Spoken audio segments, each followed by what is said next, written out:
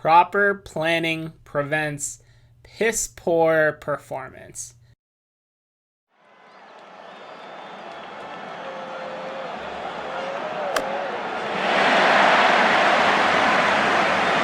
There is no worse feeling than spending hundreds, if not thousands of dollars over the course of 6, 8, 12 months, and then looking back at your collection and not being able to point to a card or a group of cards that you're really, truly proud of owning.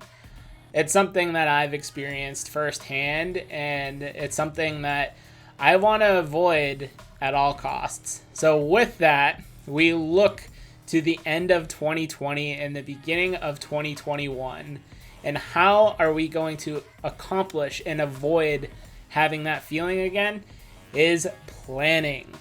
And over the last couple days, I have gone through my planning process for the upcoming year, and I'm very excited to share it with you all, because I think that the steps that I take to plan out my upcoming collecting year are things that all collectors should consider in some way, shape, or form. I break it down into 4 easy steps to follow, and you're not going to want to miss it.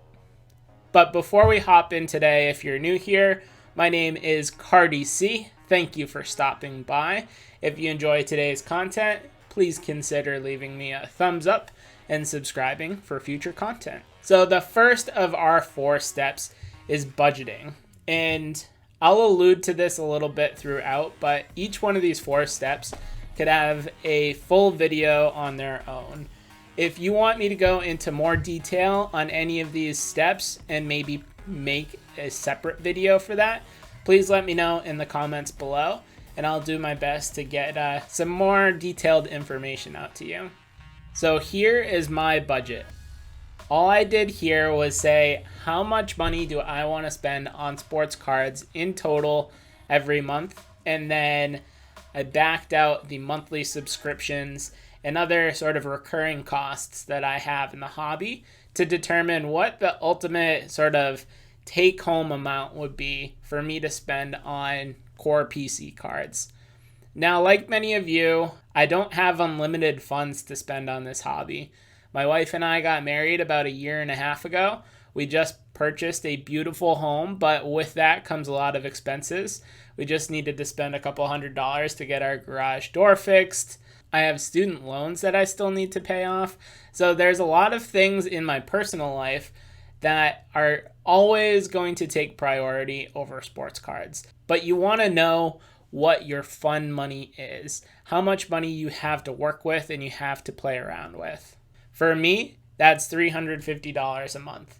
It might go up a couple months, it might go down a couple months, but that's sort of my baseline starting point. That's $4,200 over the course of a year. But when you start to see where all your money is going, that $4,200 runs out really quickly. So I have memberships to 3 subscription services. The first being Adobe's Creative Cloud. Adobe's Creative Cloud gives you access to Photoshop, Illustrator, After Effects, the whole kit and caboodle. I use Adobe's Creative Cloud to try and step up the content that I'm bringing you all.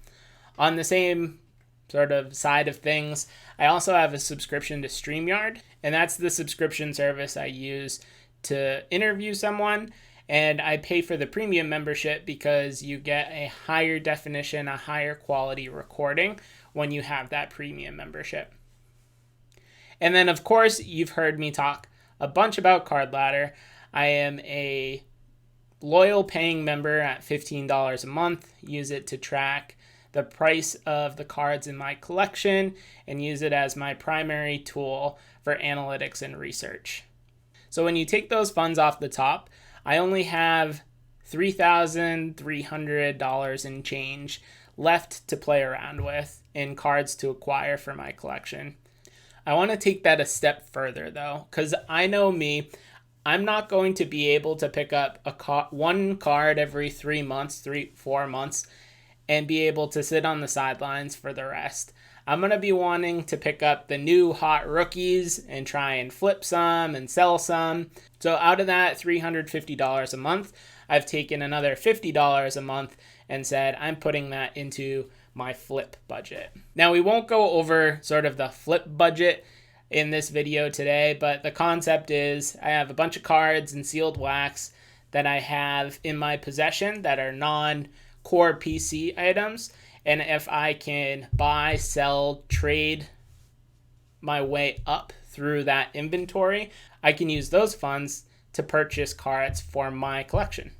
So you got $350 a month. You take out the cost of the subscriptions, you take out the $50 flip budget contributions, and you end up with around $2,700 to spend for the year. So now we got our budget set. We know that, so now I have my budget set. I know I want to spend around $2,700 on PC cards for the upcoming year.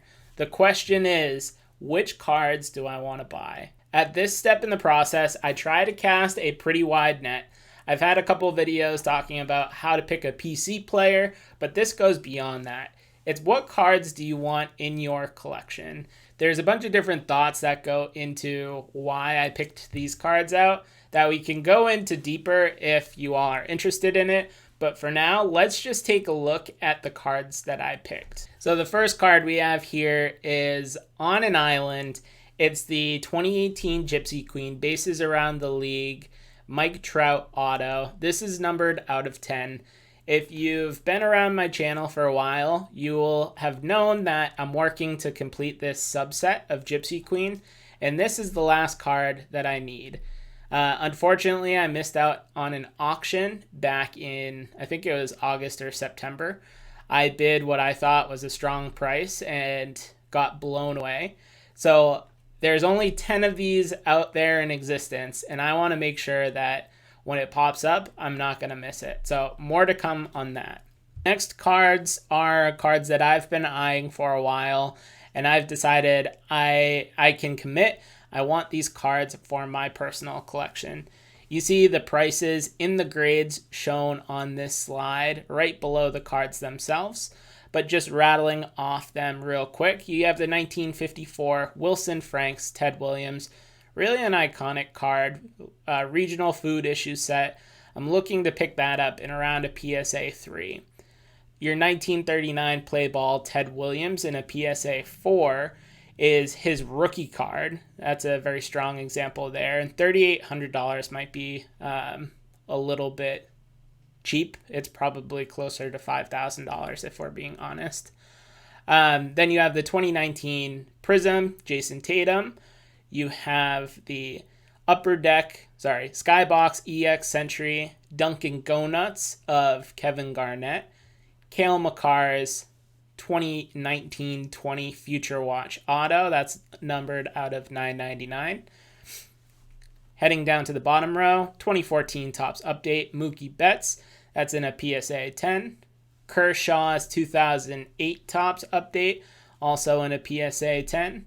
Then you have Young Guns of Connor McDavid and David Pasternak.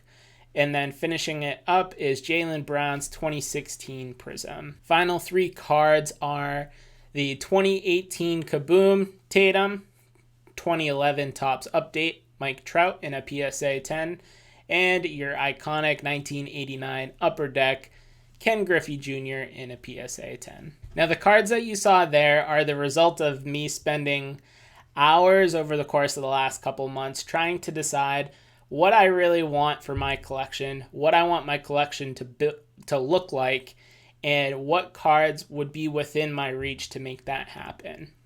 But those cards in those grades in total cost around $18,500. More than you can afford, pal. If you remember what I had in my budget, it's around $2,700. So something's got to give. I'm not going to be able to acquire all the cards that I'm looking to this year or this upcoming year. And I'm not going to be able to acquire them all in the grade that I'm seeking out. So how do I take my list and whittle it down into something a little bit more realistic? And this is where I came up with something that I haven't seen anyone else in the hobby do, and I'm very excited to share it with you. The concept is similar to a daily fantasy sports lineup optimizer. Instead of in DFS, where you have players and salaries, and you can only have a certain amount of players at a particular position, you have cards, how much the card costs, and then your budget. So we're going to dive into what I built out in Excel, but I want to share my thought process in building this out and provide you all with a tutorial on how this works if you are looking to do something similar yourselves. So keep an eye out for that video, which should come out later this week. All right, so here you have it. You have all the cards that we had just talked about in step number 2 in varying grades. You have sort of the ideal target grade on top with sort of your budget option right underneath. I could probably do a whole separate video on why I'm a strong PSA guy and why I'm fine with 9s or 10s. But for the purposes of today's video, just know that there are some cards, some modern cards that I'm fine with in a 9 or a 10. And there's some modern cards that I'm also fine with raw. You have the current market price of all these cards right here. And then down, starting in row 32, you have your total budget. So that's what I came up with in the first step, around $2,700. So what I wanted to do here was apply some additional criteria to help me decide what was really important to me in sort of a left brain mathematical analytical way. So what I came up with were these 5 criteria: whether it was a PC player, what the growth potential for a card would be, the card's scarcity, the grade of the card, and then sort of a catch-all intangibles bucket. Now, the PC player side of things, I only have a couple of people, or there's only a couple of guys that I PC: Ted Williams, Mookie Betts, Nomar Garciaparra, and I don't really PC anyone else, but I do collect Boston sports teams. So 1 is being the lowest, 10 is being the highest. I rated them sort of on that scale. For growth potential, I didn't want to look at it just to try and maximize the future value of my collection, even though that's probably an unintended side benefit. The reason that I looked at this is because there are cards in this list that are affordable to me now that are not going to be affordable in a few years. Example A, your 2011 Topps update, Mike Trout. When I was looking at this card, when I got back into the hobby in 2016, 2017, it was between $300 and $500. And I thought that was super expensive for my budget at the time. But if I could go back and pick up a copy of this card for my collection at $300, I totally would have done that. I had no idea it was going to be $2,600.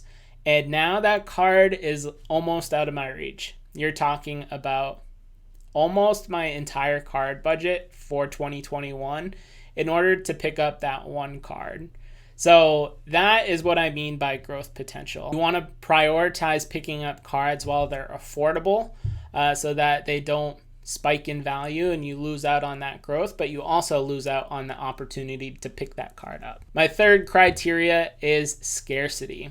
Now, anyone that has grails they're chasing knows what I mean about scarcity. I love the look of the 2017-18 Tatum Prism, but you can go onto eBay any day and pick up a copy of this in a PSA 9, PSA 10, BGS 9.5, raw. It's not scarce. They're readily available and you can go and pick them up at any given point in time. However, something like the 1954 Wilson Franks Ted Williams, in a PSA 3, I have seen exactly one come up for auction, and it's actually out being offered by Robert Edwards Auctions. Big shout out to Blue Jacket 66 for tipping me off to that auction. I really, really want it, but I think the ending bid is going to be over what I'm willing to pay for it and able to pay for it at this time. So scarcity all about how easily you can acquire the card. So on the scale, 1 being I can go on eBay and pick it up anytime for a reasonable price, and 10 is I need to be patient and there might be one buying opportunity every year or every other year. Our fourth criteria is grade. This one's pretty self-explanatory. The higher graded the card, the higher score it's going to get. I don't want to be a grade snob, but I do prefer PSA 10s over PSA 9s and PSA 9s over raw cards, but there's definitely a cost benefit and a trade-off there. So that's what this criteria is attempting to do. And then our fifth criteria or fifth attribute is just the intangibles. This is sort of a catch-all option for me to weight something more to how badly I want it for my collection. Am I really enamored with the design? Has this been a card that I've had my eye on for so long and have dreamt about it? Have I had conversations with people on just acquiring this card? What has the pursuit looked like? All of those are sort of factored into this intangibles bucket. So then what we did was we took the sum of this 5 criteria and then created sort of our Cardi-C score.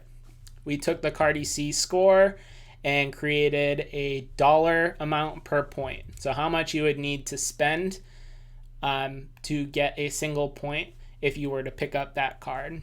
Now, what's a little bit different about this process is what we're about to do next. We're going to use Excel in a little add-in called Solver to run through a bunch of different scenarios and say, all right, staying underneath our budget, which cards can I pick up to maximize the total Cardi-C score in the cards that I'm looking to pick up for 2021?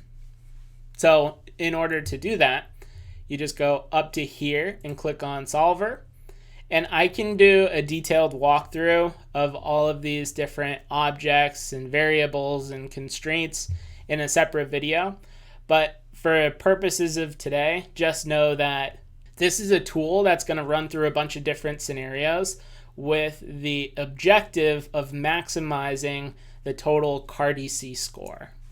So all we do is hit solve, and it's picked out which cards to pick up. So based on the criteria that I gave Solver, it really prioritizes raw cards and PSA 9s. There's a lot of bang for your buck if you want to add that card for your collection.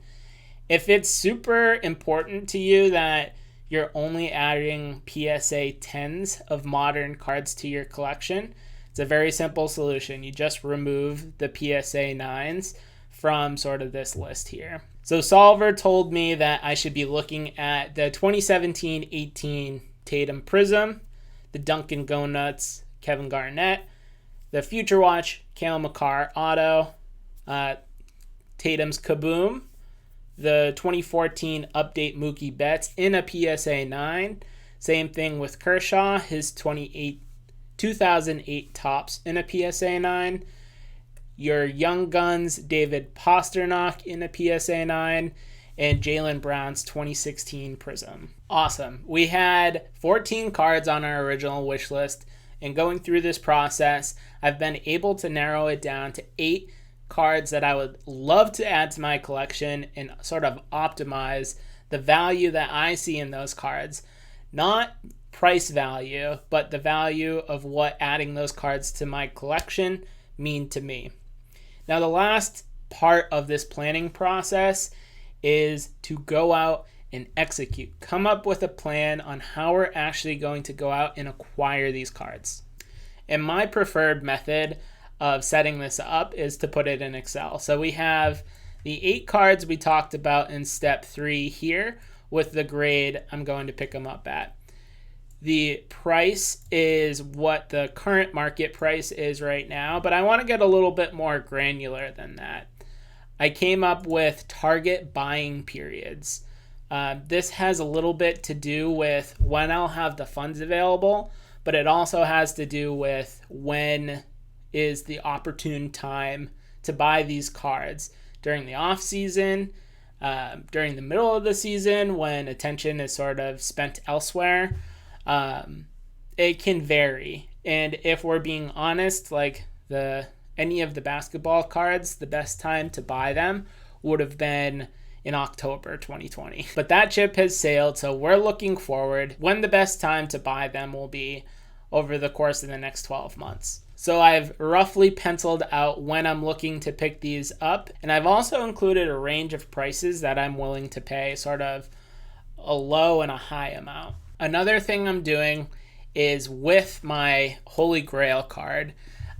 In step 2, when we were going over the wish list, I was talking a little bit about the bases around the league Mike Trout auto from 2018 Gypsy Queen. I was super bummed when I missed out on the auction and my bid wasn't strong enough. And I'm going to make sure that I don't miss that again. But I'm going to use the funds that I have in my flip inventory and my PayPal account in order to acquire that card the next time it comes out. So the goal is not to pull from my PC budget, but flip my way into acquiring that card. So that's why it's sort of included down here. It's a little bit different than the 8 cards above that. So now how are we going to go execute? I've put 4 simple steps up here on how we're actually going to carry this plan out. First is to load each of these cards up into eBay saved searches. There's no easier passive way to stay up on cards than to set up eBay searches and have eBay notify you and email you anytime there's a card matching that description that's put up for sale. Number 2 is to monitor prices and adjust timing if needed. So this is, again, passively looking at eBay listings, but it also can involve things like Card Ladder. For Tatum's Prism, what I'll do is I'll look on Card Ladder and throw up an alert. And the alert will tell me when that card dips below a certain threshold. If you aren't sure how to do that on Card Ladder and you're interested in seeing that, let me know in the comments below and we can set a video up for you. Number 3 is to remain flexible. I have on here that I want to pick up the 2014 Topps Update Mookie Betts in a PSA 9 for between $125 and $175. It's currently sitting at $200, but if it drops to $150 over the course of the next month, I'm not going to wait until July to go and pick it up. I'm going to try and pick it up at my strike price, and my strike price is around that $150. You have to remain flexible, agile, to make sure you don't miss out on those deals. And then our last action item is to just continually reassess non-core PC items. If you're anything like me, you have a couple shoe boxes full of cards that you thought you loved at one point in time, and now they don't really interest you anymore. You can take those cards and sell them and give yourself an additional budget to go out and acquire the cards you like. Say I sold $1,000 in cards that I no longer wanted for my collection. What I could do is come back to this wish list tab, factor or pull out any of the cards that I've already picked up, update my budget, and then ask Solver to find which cards I can now add to the collection given my updated budget and taking out cards that I've already picked up. So this is my process to go through and plan my buying out for the upcoming year. It's very left-brained, analytical way to do things. There are plenty of successful people out in the hobby that will buy and sell things based on gut. But this is how I do it, and I think it's a little bit different, so I wanted to share it with all of you. I'd love to know what you think about this process as a whole. Is it too intense for you? Does it get into too much detail? Have you wound up in the position where you have all these cards that you don't care about, you get frustrated about the hobby, and you need to step away and take a break? That is what we're trying to avoid. Remember, proper planning prevents piss poor performance. But that's all I got for you guys today. I'm Cardi-C. We'll catch you guys later.